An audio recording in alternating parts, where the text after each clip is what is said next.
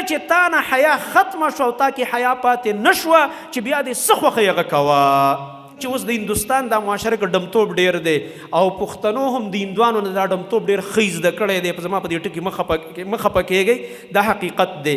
دا د موسیقۍ سره ډېر تعلق ساتل، ټنګ ټکور سره، دا مشرکانو خوی دی.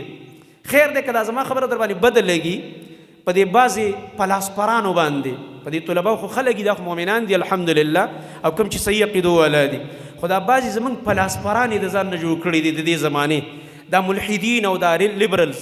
نو خیر دی مطالعه وکئ چې تاسو د چا میراث خواره یې او موږ د چا میراث خواره یو، تاسو ته د چا کلچر پاتې دی او موږ ته د چا کلچر پاتې دی، پته به ولګېږي چې دا د چا کار دی. بعضې خلک وایي دا د پښتنو ثقافت دی، دا سره د پښتنو ثقافت نه دی. چې پښتون دا به مسلمان او چې مسلمان دي کې به حیا وي، ځکه ایمان او حیا قرینان دي. حدیث کې راځي ایمان او حیا دا قرینان دي، دوه ملګري دي چې دا یو پاسیږي دا بل سره خود به خود پاسیږي او ختمیږي. چې ایمان د انسان نه ووتو آلرډي د ده نه حیا ووتله، او چې کوم انسان نه حیا ووتله آلرډي د ده نه ایمان ووتو. دا زما نبي صلی الله علیه وسلم فرمایلی ایمان او حیا قرینان دي.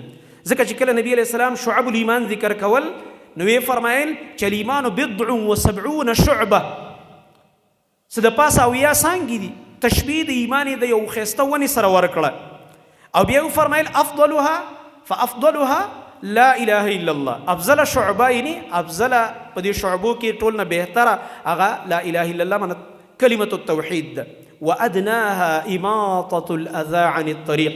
اعلا او ادنا ذکر کړله، او په دې مینس کې ولا نور ذکر کړي نه دي، خو احادیثو کې ذکر دي. نو محدثین ذکر کوي، امام بخاری دا شعب الایمان راوړي په کتاب الایمان کې تفصیل سره، دا د ایمان شعبه ده او دا ایمان شعبه ده او دا عمل چې دا ایمان دی او دا ایمان دی او دا ایمان دی. نبی صلی الله علیه وسلم چې کوم څه ته ایمان ویلې دي هغه راوړي هغه حدیث ټول. دلته نبی صلی الله علیه وسلم صرف افضل شعبه ذکر کړه، ادنای ذکر کړه، او بیا یو ذکر کړی دا ډیره عظیمه والحیاء شعبة من الایمان. دلته زمانه قابل ملګری ناست علما او طلبا ملګری. شعبة ټول محدثین دلته شرح د دې حدیث کې سوی دا نکره د پاره د تعظیم ده. شعبة دا یو عظیم او لویه شعبه ده د ایمان، دا حیا. دی وجنه رسول الله صلی الله علیه وسلم فرمایي هر نبی چې دنیا ته راغلی دی هغه خپل امت ته توحید نه بعد دا مسله خامخا په اخلاقو کې ښودلې ده. او زم تاسو ته خیم اذا لم تستحي فاصنع ما شئت.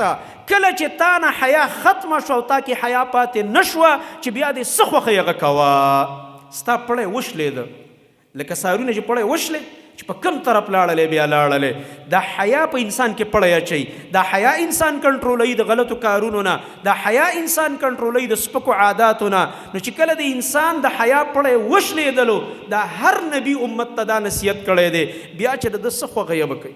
دې وجه نه تاسو وګورئ دا ډمان، دا بې حیا خلک، دا بې دینه خلک، دا چې کوم خوی مو کی او څه قسمه خبرې هم کوي، خلک څه مړوي ته د نه ګیله کې یاره تا خو دغه شانته دي، نو دا بې حیا خلک دی. یعنې هغه هر یو عادت کوي، په هغې کې هر ناکاره صفت راځي.